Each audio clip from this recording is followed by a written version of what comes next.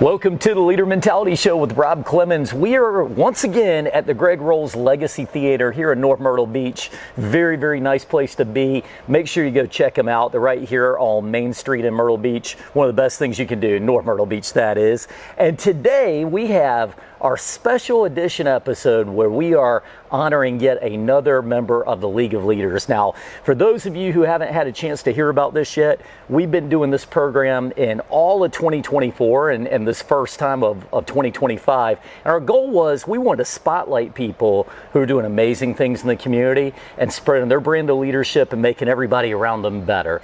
And so without further ado, I do want to welcome Kim Rodgers-Clora. She is the founder of the Jacqueline Rodgers Foundation. Welcome to the show. Thank you for having me. Man, well, I've heard so many good things about you. I just want to start off by getting your autograph. Well, what you been up to, Kim? Lately, I've been volunteering with the Junior League. We had our cookie exchange last night, which was our very first one with big success. Yeah? It was a wonderful event last night. So now at the cookie exchange, were people coming in and they had to make their own cookies and all that? We had about 57 bakers. Oh, okay. Made different cookies. We had abundance of cookies last night. Everybody that participated in the event was able to take home 3 cookies from each baker. Okay. So if you get cookies, they might have came from our cookie exchange. I got you, right. Now let me ask you something about that cookie exchange. Did you have to make your own cookies as well? I am not a baker. You're not? But I have friends that are. Okay, so I gotcha. had someone bake my cookies for me. You had to make, is that cheating? Was that legal? Well, if you tell everybody, it's not necessarily cheating. Right. You didn't pretend about it. See, the Rob Clemens way is I would have gone over to Kroger, I would have got some cookies, put them in a little basket, made it look like I made them. But anyway, well, that's cool. So as far as yourself, you've been in this community for a while. You talk about things like that. I hear you've done a lot of volunteering in the area. Mm-hmm. What kinds of things have you been up to with that side of things? I love to volunteer for New Directions. I like to participate in their cooking when they're feeding at the men's shelter. Yeah. And I also like to participate in their last event, which was the Going Over the Edge. Okay. I scaled down the building. I really enjoyed that. Wait a minute, you scaled down? I scaled down. Like we're talking like Mission Impossible, where you get a little rope under you and you're doing the. Yes. Wow. Okay. Yes. I am a little adventurous. So. I was about to say you're not scared of heights then. Not at all. Oh wow. Not at all. Well, that's so. As far as that goes, was that a fundraiser? That was a fundraiser okay. for them as well. Tell me a little bit about that organization. That organization works with the unhoused in Myrtle Beach, and they help with women that are actually in domestic situations that need shelter as well with their family and children. So that's what they do.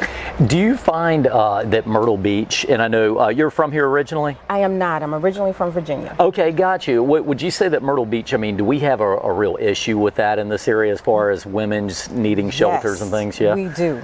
We really do. Unfortunately, we do. Man, well, I appreciate all that you're doing with that. I think that sometimes it's easy to go through a day-to-day and you kind of look at your own problems where they happen to be, but you realize somebody's got it so much worse out there doing whatever they're doing. Well, that makes sense to me. Well, so let's get into a little bit about what you do over at the Jacqueline Rodgers Foundation. Tell us about the organization and how you started it. Well, we were founded in 2017. Okay. We originally started just a fashion show, which happened in 2015. Okay. So when my coworker was diagnosed with breast cancer for the second time, we decided to donate the funds to her. And since then, my girlfriend said, let's start a foundation. And I'm like, what are you talking about? Yeah.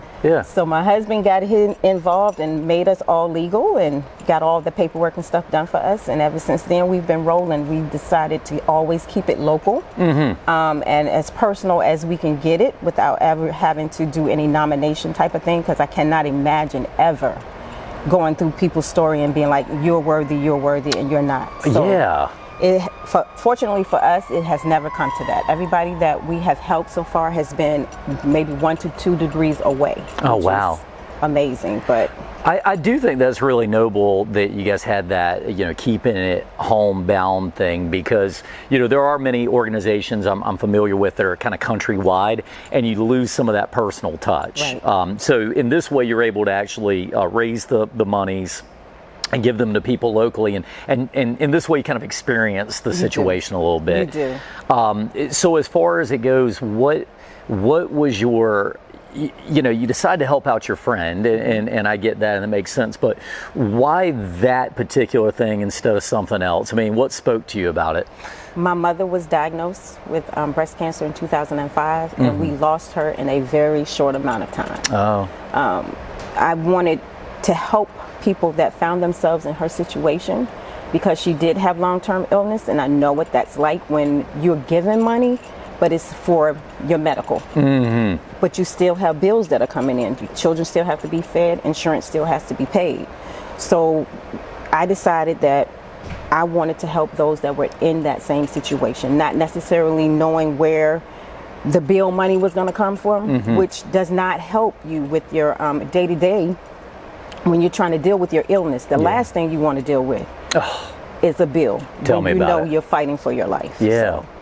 But that's Well, why. that makes a lot of sense. I appreciate you sharing the mindset of somebody that is in that situation. I'm assuming you're dealing with people on all walks of the spectrum, right? So somebody might have been recently diagnosed, somebody else is really towards the back end. What would be your advice to somebody who finds themselves in that situation? What's a good coping technique, if you will? Surround yourself with those that can support you, that can help you ground yourself, help you ease your day-to-day, whatever that is, and find that one thing that can take your mind away from everything. Find that peace is what you're looking for, because what you do, if you do not have the peace in the situation, any little thing, any small little thing, any big thing will just knock you off kilter, and it's hard to get back. So find those that are going to support you. You need support on every level when you're fighting for your life. Man, that makes so much sense. You know, the hardest part about it is that I find sometimes it's a natural part of human nature that, we're going to help you, but then we leave. Exactly. And now that person's still left alone in that situation where, they got the weight of the world on their shoulders. Have you noticed, and I think that everybody has different coping techniques, so I can appreciate that, but have you noticed any one particular thing seems to help people mindset-wise? And let me explain why I'm saying that. When I was in high school, I was in JROTC, believe it or not, so newsflash, right? And we had a colonel that had been diagnosed with cancer. It was my first experience with anybody that had what you would call a terminal illness. And I remembered him, up until the end, he was always, hey, thumbs up, everything's going to be okay. And I feel like that was his mindset was like, just everything's going to be all right, and ultimately he succumbed to it. But do you find that there's any one thing that seems to be most helpful mindset wise?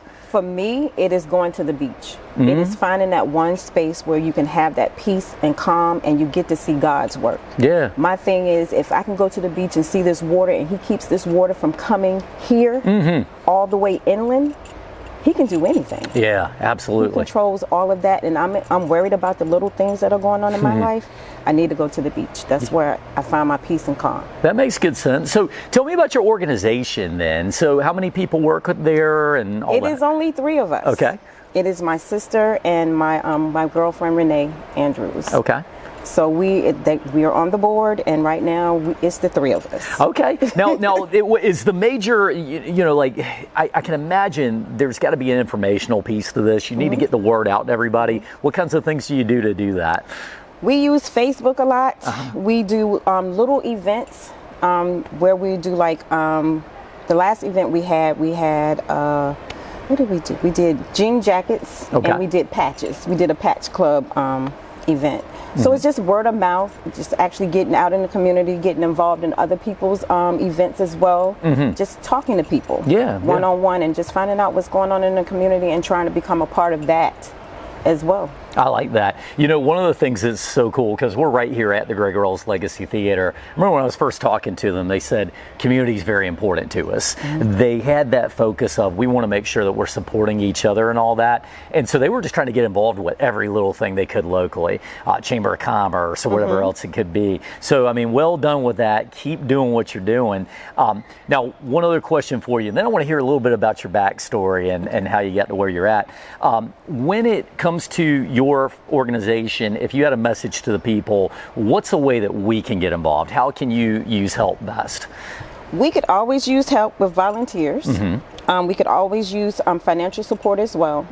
But when we're having our events, just coming out and just seeing what's going on, who you're actually helping when you're making your donations, really helps you to see what it is you're actually doing. Oh man, I love that. That is very important. Yeah, go see it firsthand. You know, don't stay too far and from meet the it. recipients. Yeah, meet yeah. the person you're actually helping. Okay, gotcha. Now I saw you on one quick thing. I saw you on the news, something about a double Dutch. Tell me about this. What was that all about? Ooh, double Dutch took me back to my youth. Took me back to the days of when you could go outside and play and not worry about your children because you didn't have children. Right, that's right. Nobody's calling your name Yeah. when we go out and jump. Nobody's calling your name. You're not, nobody's ma, grandma, none of that. It's just you just get to go out and just be youthful for a little while and release all your worries. Stay in the rhythm with the jump, and that's Rhythm good workout. is good. Yeah, Rhythm is good. Yeah, and because if you don't have rhythm, you're just doing a whole lot of starting and stopping, aren't you? That's very cool. All right, let's take a quick time out. So beautiful story. I appreciate you sharing all of that. So tell me a little bit about your background, how you got to this point. Well, we got to Myrtle Beach by the Navy, through the Navy. My husband was stationed here as a Navy recruiter back in 2010, which is where we moved here. And since then we've stayed because now I have 5 grandkids and I'm not going anywhere. Wait, you're a grandmother? I am a grandmother. Man, I need your genes. So is your husband still in the Navy, by the way? No, he's retired. Okay, he was retired, but he was in Navy recruiting for... Came down here as a Navy recruiter. Okay, yes. got you. Well, first of all, thank you guys for your service. Appreciate that and that you gave back. What kind of places did you tour while you were in the service? Well, we were stationed in Iceland. Which is like a beautiful country to go to and visit. And then we came back stateside and he went to Japan for a little while, so I went over to Japan. Okay. But mostly we've been stateside. So. Okay. So give me your best Japanese line. I had to This is the hard-hitting questions I was telling you about. No, that's okay. What did you learn from your military experience? Ooh, to adjust and get over. Not to dwell on anything too long, make the proper adjustments and get over. Yeah, absolutely. I think that one of the greatest things about military, as I've talked to people, and I think everybody could probably benefit from that experience, but you learn a little bit about how to work with other people, chains of command, standard operating procedures. Do you apply any of that into your daily business for what you're doing? You know what? I do not. Yeah. My husband is still very much a military man. Yeah. But for me, on the family side of it, it was just always being organized, learning how to do and adjust when he comes back home because he's a totally different person when he leaves and then when he comes back. It takes time for him to adjust to the everyday of us being together. Okay. And me learning how to step back and be like, okay, I have to release the reins now because they were a little tight. So are you saying like in the adjustment of relationship? Yeah, for sure. I mean, it's a funny thing that you mentioned because so growing up, I was a military brat, you know, so my dad would get deployed sometimes 6-7 months, right? Exactly. And it's just you and your mom and you kind of learn a way of life. And then all of a sudden, Dad's back. He's got to relearn that way of life. So is that what you're kind of saying? That's exactly what I'm saying. Yeah, very cool. Exactly what I'm saying. Was he one of those tough military guys, like a tan hood? Or, he was not. Yeah. He was not. But he was very thorough in very thorough, very disciplined. Oh yeah. And just learning to relax a little bit, especially when you first come back, it's an adjustment. Oh, no doubt about it. No doubt. What would you tell your younger self? You know, talk about you in high school versus you right now. What would you kind of look at as a life lesson? The life lesson. Oh man, I am amazed at where I am because where I came from, I was a shy and very scared girl of the world. Very scared of the world from the way that I was raised. Yeah. But I am amazed at who I am today, that I speak. I verbally speak because back then I had a spokesperson. I had my sister. My sister was my spokesperson when we were younger. My mother would tell us to go in a store and talk to someone, and I would be like, you heard exactly what she said, that's exactly what you do. Then I would get the instructions from whoever we're talking to. Yeah. And then I would go back. My sister would do all the talking, but I would go back and tell my mother what they said. So it is amazing to see where I am today from the little girl I was. Absolutely. It's a powerful thing, all of our stories and where we start and where we're on our journey to eventually. Right. Your sister was older than you? I assume? Younger. Younger, okay. Yes. But she was the little extrovert in the family, I guess? She was. Okay. Well, how did you break out of that shell? Because I think this is something people deal with. From my husband being in the military and being gone, I had to be the advocate for my kids. My youngest son had eczema really bad, and I wasn't aware of what that was before I had him. Yeah. So I had to be an advocate for him when we would go to the doctors, and nobody could tell me at the time exactly what that was, because it was just a little oozing, but I didn't know what it was. Sure. And then he had an episode where they didn't know what was happening with his body. His whole body had broke out, but nobody could tell me anything. But you're telling me to go home with this baby who can't sleep. Right. And I don't know what to do, but yeah, from him being in the military and being gone and then coming back, I had to learn how to stand up for myself and be able to be a little more assertive, yes. maybe, and then when you get it, I find everybody.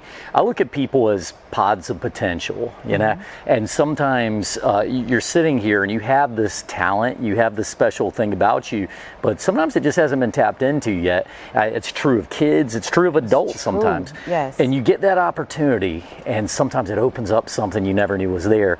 And so I feel like it's important for parents, and I don't even have any kids, but I believe it's important for parents to try to tap into that with your kids, see if you can get them growing into that thing that they don't even know they have yet. It's amazing to think back. Almost 30 years ago, I had a real estate agent that we bought our first home from, and she had asked me to be her assistant. But at that time, I could not see myself as doing that, having a young family. How am I going to do that? And I look back on it now, it's like when somebody sees something in you, you have to acknowledge it. Even if you don't pursue it, acknowledge it, because it opens up so much for you just knowing somebody else believed in you. Absolutely. It's almost like you picture the greatest sprinter in the world. Somebody at some point had to, maybe they didn't even know they wanted to be a runner, but somebody came out and said, hey, look, you have this talent, and what you're saying is acknowledge that. Don't run away from that. Adopt it. I think you kind of owe it to yourself, maybe even to that person that saw something special. Exactly. Yeah, very cool, very cool. I appreciate that. Do you have any leadership tips you can tell us as a parent or as a person in this organization that have helped you? As long as you're doing something in love, anything is possible. Wow. Because I run this foundation to honor my mother, strictly to honor. I do what I do to honor my mother. She taught us compassion. She taught us how to give back. She taught us service. And I can't imagine not doing this. I didn't know I was going to do it when I moved here. Yeah. But I am so grateful and glad that I am. Man, that's a great tip right there. And when you were younger, what did you think you wanted to do, since we're on that track? I wanted to be a lawyer. A lawyer? Okay. Did. And now you advocate for people every day. You know what I'm saying? You're right. Hey, look, sometimes our paths take us in these directions that we're not quite expecting, but I appreciate that. If you would, tell me one more thing about like your kids. You said you have some kids. I have 3 kids. Yeah, tell me a little bit about them. Oh man, I have my oldest daughter, Jackie. Yeah. My right hand, my everything. She's the mother of my 5 grandkids. And then my oldest son is Keon. He former military as well. He's working for CarMax right now. Nice. Love him. My youngest son just moved to Miami. Oh my God. Oh boy. And I went to Miami. I had to go put eyes on him and see where he was. Because, you have to know. You might make sure he's following the straight and narrow down there. He's following the straight and narrow, but I had to go and see where he was living, because at first, he moved down there, it was a little rough the first 2 days. So I was like, okay. But I went down there and I saw him, and he's doing well as well. Man. So I love them kids. I can see you. Oh, I saw it in your face as soon as I said it. I heard a comedian one time, he said, I have 3 great kids. And he goes, and 1 other kid. So it's kind of go. I love it that you do. You care about them. Yes. Well, Kim, it's been amazing having you on the show. Tell me a little bit about how people can find out more about the Jacqueline Rodgers Foundation and how they can get involved. Well, you want to know a little more about the Jacqueline Rodgers Foundation? We are actually, website is up and running. It is JacquelineRodgersFoundation.org. We are always looking for volunteers to help with the planning of the fashion show, which will be coming up 2025 in October. Okay. As well as the Human Pink Ribbon Walk that we do at Broadway at the Beach. So yes, we're always looking for volunteers. When is that the Both walk? Those are going to be October 18th and 19th of 2025. Okay, wow, man. Well, get involved with that. And tell me a little bit more about this fashion show real quick, just so we understand. The fashion show is where we actually come together to celebrate the women that are our recipients. Okay. That's where the money is presented, the checks are presented, and it is a total celebration of the women that we've chosen. I love it. Well, thank you so much for what you're doing for the community. Thank you for what you're doing with this noble cause. I challenge everybody out there. You know, we're all out going about our lives and we all have our challenges, but just remember, you can change somebody's life for the better. And one thing that Kim said to us today that I completely believe in is in leadership. I have an acronym, and the A in leadership is altruism. Altruism is taking interest of the care of others over your own, and that's exactly what you're doing over at the Jacqueline Rodgers Foundation. So it sounds very powerful, and I do appreciate you being on the show today. Thank you for having me. Absolutely. Well, thank you so much. Everybody, check out Kim Rodgers-Clora. She is the founder of the Jacqueline Rodgers Foundation. Go get involved. And we do want to thank our sponsors. The Greg Rolls Legacy Theater, the best show in the beach area. I'm going to tell you right now, if you hadn't been there, go check it out. I also want to thank Paradise Financial Strategies with Mr. Michael Sokolik. And, of course, this is Rob Clemens on the Leader Mentality Show. We'll check you guys all out next time. And be well.